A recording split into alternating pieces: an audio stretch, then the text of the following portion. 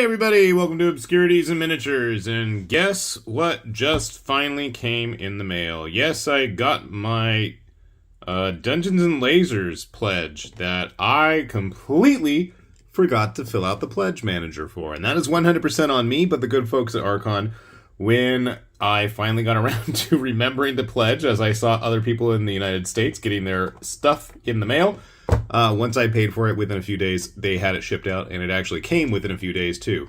So I gotta say kudos to Archon and getting their stuff shipped super quick and super nice. So thumbs up on that. I wanted to take a look at the World of Deuce Layers new preview models because the Kickstarter has kicked off for the most recent Dungeons and Lasers campaign, and I thought what better way to do that than to check out some of these new models. Now, these models in particularly look like, I know, that these two dudes came from the original Load game, League of Ancient Defenders, which I had a lot of fun with when that was first released. Haven't played it as much since then, but that's just because I'm lazy and don't ever play anything. But I really enjoyed the models. They were really nice for what they were, but I will always 100% turn towards good old plastic models every day of the week, no matter what. And while these look great, let's be honest, that's not really what I wanted to try out. Ta-dum! This guy is the Super Stretch Goal Box, specifically with the Tarrasque. I absolutely want to build this thing. I don't even know what else came in my pledge. I'll get to it eventually, but I wanted to build a Tarrasque because he looks like a big, mad mamma jamma.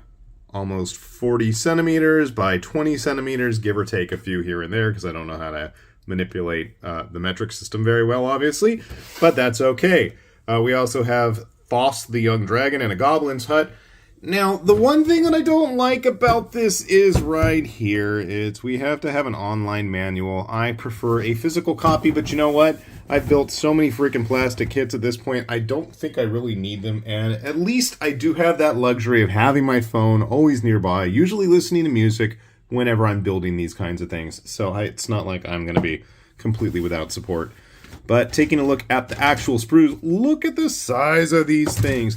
This is like a regular gaming box, like a Fantasy Flight size box set. Not the most durable, but you know what? It's going to be great for storage if you need to store all the massive piles of figures you get with these typical Kickstarters.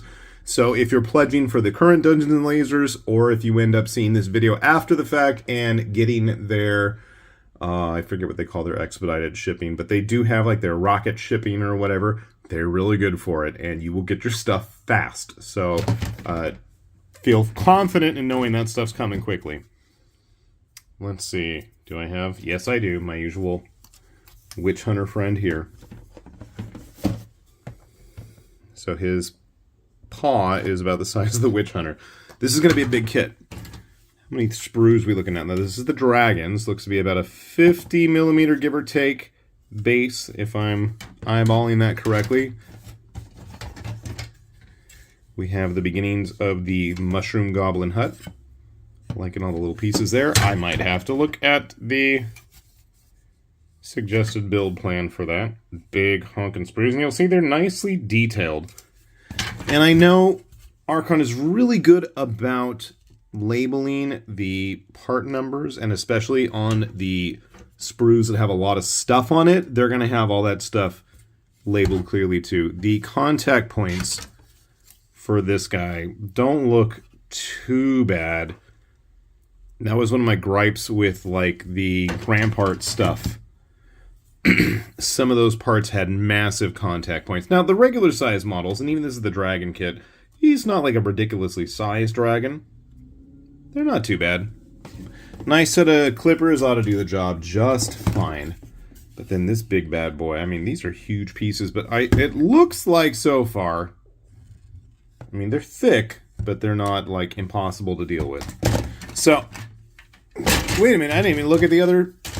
I just got so excited and distracted with the Tarrasque, I didn't even bother opening this kit.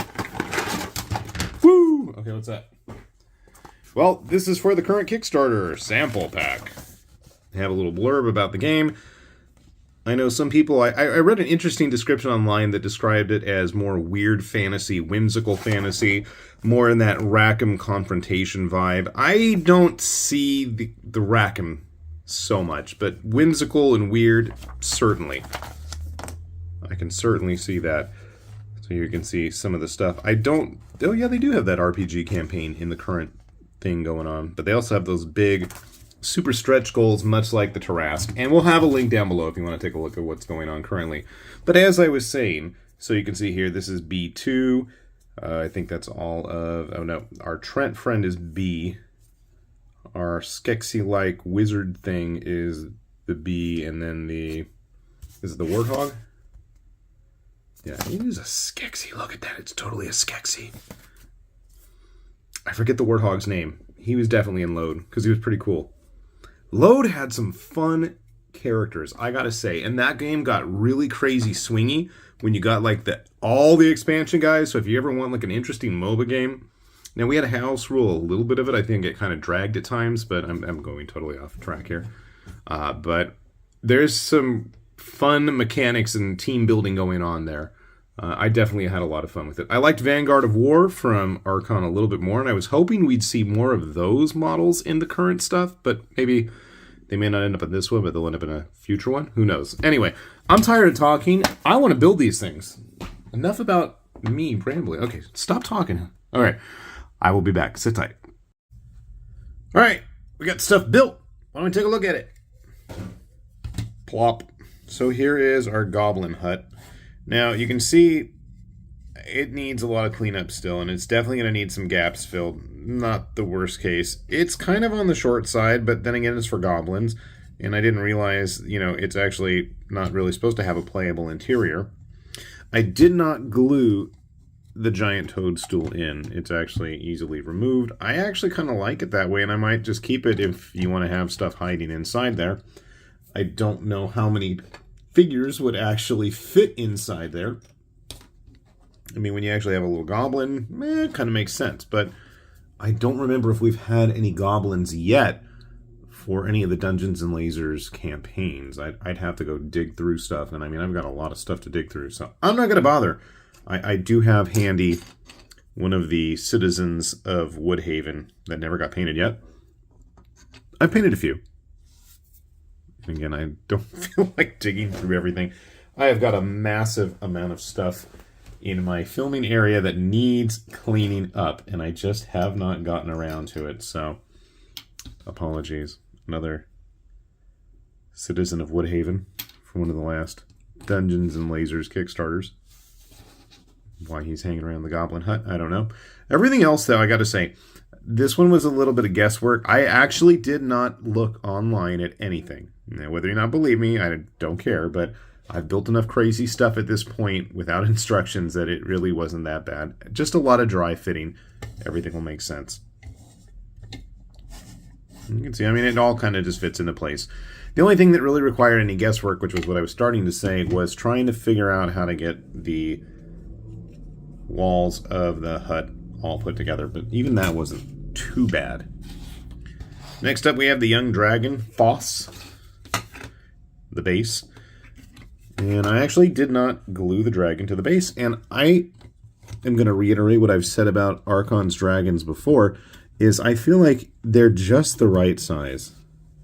They're not too big, they're not too small. Having dealt with some of the monstrosities available for 3D printing, some of the ridiculous giant pieces of plastic we've seen in Bones before, those are some big models, and to me this is just the right size. He's big enough to look intimidating, especially with a earlier scaled Dungeons and Lasers model. However, grabbing something, we're looking, there's the guy, a traditional GW human, doesn't look too out of place with it. Brighten it up a little bit. Let's see if that helps any. Wargames Atlantic human. I mean, it's just the right size to look imposing, and I think a lot of that's the wingspan. Stargrave, Frostgrave type figures. Wargames Atlantic Goblin. So, yeah, it's not too big, not overtly big. And when you start to actually factor in some of the other figures that Archon have put out, like the ogre here that I've heard so much belly aching about online due to him carrying a cow. Well, you can't have more than one then. Well, what if you have an army of cow-stealing ogres? Anyway, this guy is almost giant-sized as it is. And there was the actual giant in the Dungeons & Lasers campaign, so, you know. Yeah, I feel like Dragon was actually really simple, really straightforward to put together. No issues there. The only thing I found complicated was just trying to figure out where he's supposed to pose on his base. And I did actually have to look at the box lid to figure that out, but that's not that bad. Because once he's there, he's there. I'm a big fan of not gluing the models to their bases until absolutely necessary. And then I promptly forget what their base was in the first place. So yeah. Let's move on to those samples of the current campaign. I gotta say, I remember these guys. I want to say they were from Load, because I feel like our Warthog here, I thought his name was Wart, if I remember correctly. Detail was pretty good. Construction was not a problem. Definitely a lot of cleanup just where all the contact points are. I got most. To this day, I still don't know what this thing's deal is. I know it's supposed to be one of the turtle guys. Visually, it's interesting. It's different. And it's a lot bigger than what's come before, as you can see here.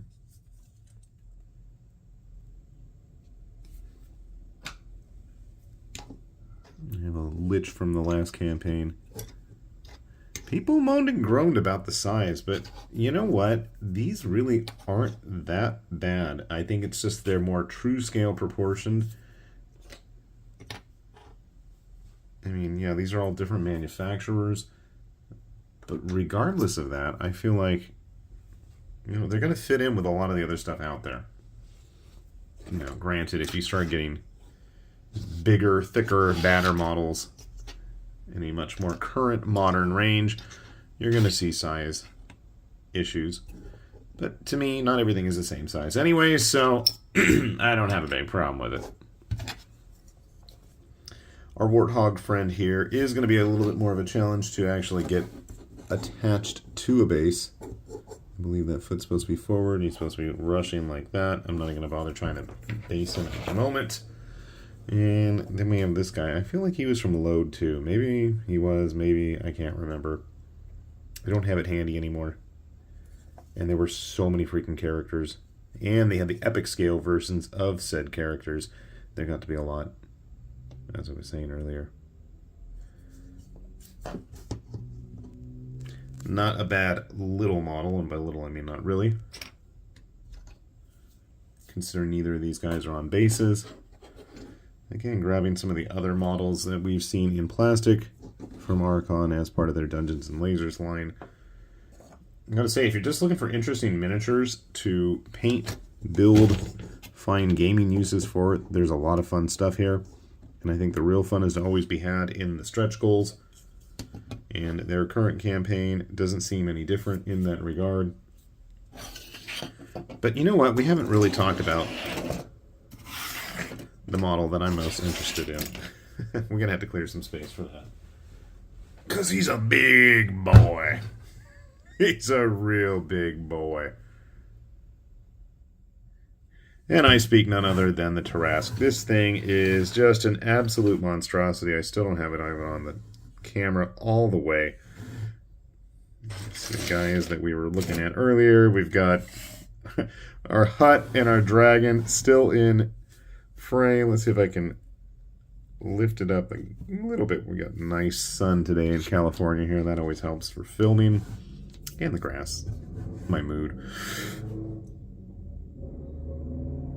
You can see here, just a big, impressive model. Now, granted, you could find bigger when you go into the 3D printing realm, or if you want to start paying those premium prices that, you know, WizKids, I mean, admittedly, that WizKids Tarrasque, it looks nice, but I am not going to pay multiple hundreds of dollars for a figure that size. That, number one, I don't get to build, and number two, isn't going to already be pre-painted at that point. And if I wanted a pre-painted one, you know, there is the premium version that's even more money. I like the building of it. Despite the huge chunkiness of its pieces, pretty solid, pretty sturdy. It's got a good heft to it. I mean, I don't think I'm going to put it on any sort of extra base. If you're crazy and you want to do that, by all means, knock yourselves out. Detailing is quite nice. There are absolutely going to be some gaps if you're one of those sticklers that needs that stuff filled. But I mean, it really works, and this was a freebie. And it seems that with the current Deus Slayer stuff on Kickstarter, and you know, if you're watching this after the fact, do not fear or fret, because, well, unless it's super late after, all those models do tend to be available for late pledges, and they have that super fast shipping available as well, usually with the models that have been released. So if this is something that looks like it's up your alley, do take a look. And I think, like I was about to say, as I keep going off on a tirade, I feel like Archon's learned their lesson about giving away too much in the way of these big models and kind of adjusting the prices accordingly, which makes sense, but it does seem like we're going to have some cool things still. So if you haven't had a chance to check out the campaign or just any of their back catalog in general, be it board games, be it terrain stuff, be it piles of plastic via Kickstarter, there's a lot to be had and a lot to look at. So we'll put a link down below.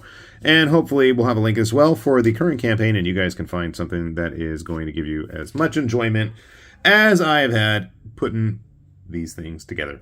So, with that said then, this has been High Lord Tamberlane with Obscurities and Miniatures, saying thanks for watching, and we'll see you back here soon. Bye-bye.